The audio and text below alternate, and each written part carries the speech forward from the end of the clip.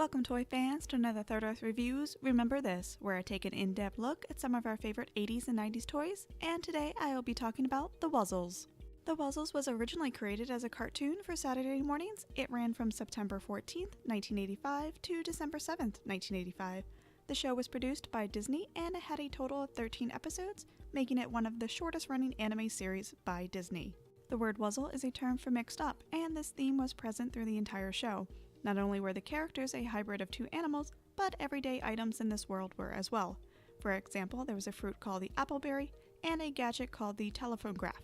Unfortunately, this show did not have a great success in the States.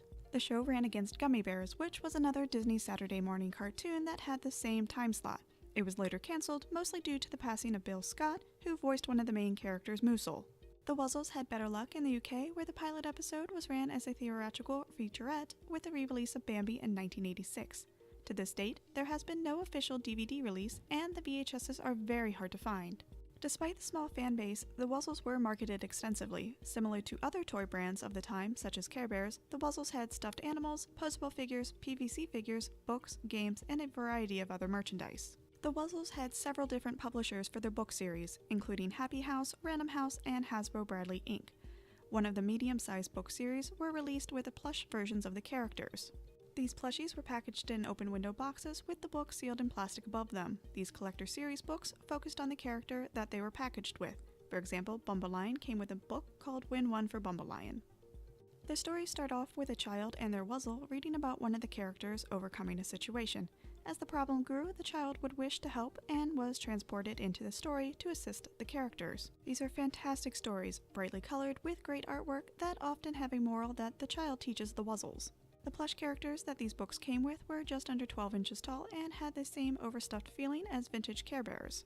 These plushies were produced by Hasbro Softies and had a few trademarks. Each of the Wuzzles were typically equal parts of two animals, had wings, and the Wuzzle W on their back hip. Each of the main characters, Bumbleion, Butterbear, Ellaroo, Moosel, Hippopotamus, and Rhinoki were made into plush versions of themselves. However, there were also several other Wuzzle stuffed animals, including some characters that were not in the original cartoon, such as the baby Wuzzles. There was also a 25-inch jumbo version of Bumbleion. The Poseable Figures came on brightly colored card backs that had an open window to fully showcase the figure. These figures did not come with any accessories and had the basic articulation. Their heads could look left and right, their arms could be rotated up or down, and their legs could be rotated so that the figures could sit. Some of these figures could sit better than others. There were several other types of merchandise for the short-running series, including PVC figures, stamps, board games, TV trays, lunch boxes, coloring books, and many more, although these items can be a little hard to find.